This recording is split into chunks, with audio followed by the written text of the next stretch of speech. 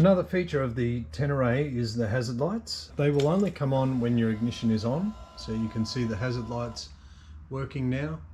When you turn the ignition off, the hazard lights go off. Now you don't want to be sitting with your ignition on if you're, let's say you're rendering assistance to someone stuck on the roadside and you want to warn oncoming traffic that there's a situation, and so you want your hazard lights on.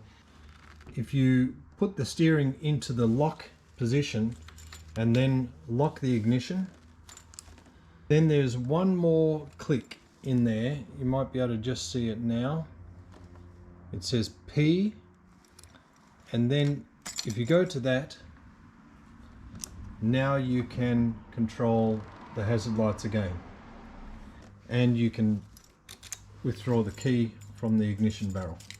That's a handy function.